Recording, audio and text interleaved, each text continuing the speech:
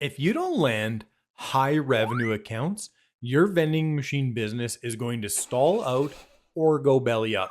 Over the last decade, I've looked at a lot of vending machines, and there are a bunch that are very high revenue and very high profit that a smaller operator can land, as in they don't have national contracts and the barrier to entry is lower than something like a hospital or a university or college, which require RFPs. So, we're going to talk about all of the accounts that you, as a smaller vending operator, can land that are going to start you on your journey to financial freedom through vending. So, who am I? I'm James Brown, a former vending executive of one of the largest portfolios of vending machines in the entire world, and I've seen more accounts than 99.99% of people in the entire world, and I know which ones make money, and I know which ones don't. Let's get into it. Number one is car dealerships, but just be very careful with these. First, though, you want to look for like high volume dealerships. Toyota, Honda, things like that. Toyota, the RAV4 is the best selling vehicle in North America, and Honda has the CRV. And so they've got a lot of volume. You essentially need people with newer vehicles that are going to come in for oil changes and sit and wait there because you need a pretty high flow of traffic. So you're looking for bigger type of dealerships, and you want to put them kind of where people congregate while they wait for their vehicle. You don't do super well off the staff at these places, so that's why it has to be high volume. Do not put them in Nissan dealerships, Mazda dealerships, or anything kind of along those lines. No shot at them. I actually love Mazdas. I may buy a Mazda here. I may turn in my sports car for a Mazda SUV, but they just generally don't sell nearly as many cars as the Toyotas and the Hondas, right? An Infinity dealership also going to be very low volume and probably has less staff. So you want to make sure and get great dealerships. Also, used car lots. You are never to put one in a used car lot unless it is the biggest used car place you've ever seen in your entire life. I don't think I've ever seen one of these that are good. If you have one that's good though, make sure and comment, let me know. But I mean, I've looked at a lot and I definitely have not ever seen a good one. The next is actually casinos. And I think casinos are intimidating to people. They think, it's probably some big corporation that owns them, which is somewhat true, but a lot of them are, what I would call large independents. And then they think, and they have food on site and they have servers that bring drinks and food. Well, I'm here to tell you that casinos are actually still amazing, regardless of all of those hurdles.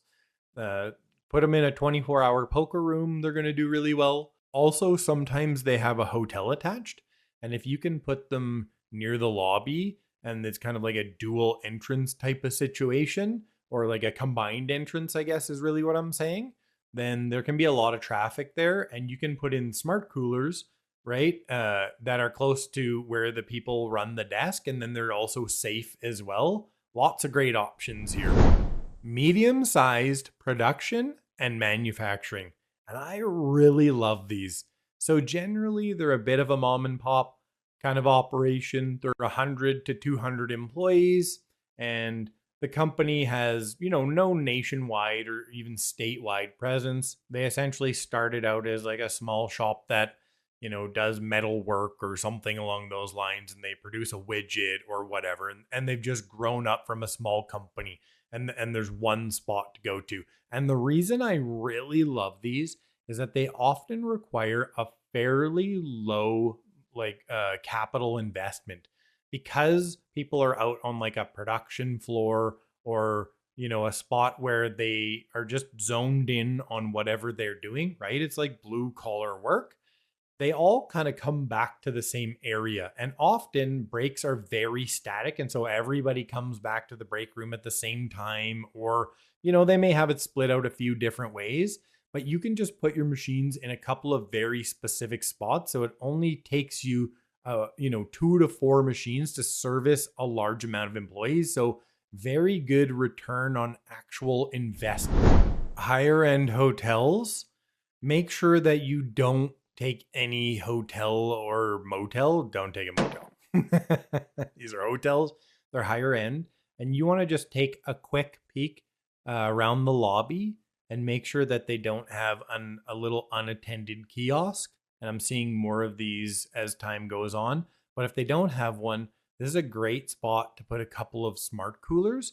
And again, having smart coolers near where staff can keep watch over them is kind of the ideal scenario, because they are slightly more vulnerable to bad actors. Hey man, which one of these things is a dog? It's on the house. So you just have to put them in the right spots, but they're going to sell a lot more than traditional vending, and you're going to have the ability to have a much wider variety of product in them. So these can be really good when they're in the right area and the right hotel. And often hotels will have an overarching preferred provider for vending on site, but they usually have flexibility to go with an independent operator, which is great for you. The next are indoor sport centers, but you have to really stay on top of these to do it right. So I'm talking like volleyball centers, soccer, basketball, stuff like this, right? Places that have tournaments and have events, and they have often times where there's going to be a massive influx of people. And this is why you have to be very careful. You've got to go in, you've got to get their event schedules and stay on top of the events and be ready to, change your service schedule to make sure that the machines are full for the start of the event. And then you may actually have to go 4, 5, 6 hours later and refill them during the event. This is how you really make great money with these. And I think that a lot of operators kind of mess these up a little bit because they don't necessarily know when the influx of traffic is going to be. And, telemetry and things like this will help you kind of recognize when these things happen. But done right, these make huge money. Rec centers like YMCAs, think places that have pools, racquetball courts, squash, tennis, multi-use gyms, you name it. There's tons of kids here, and they do insane visitor traffic, and they are generally independent. And even if it's like the YMCA, for example, they may just have a small group of them that operate together. But usually you can go in and directly pitch these without having to worry about RFPs or national contracts. I show smaller operators how to land accounts and make a ton of money in vending. So go down below. I've got a 21-step blueprint that you can follow to land at a location right to install. And I've also got a small community geared specifically for smaller operators and all of the challenges that they have in landing accounts.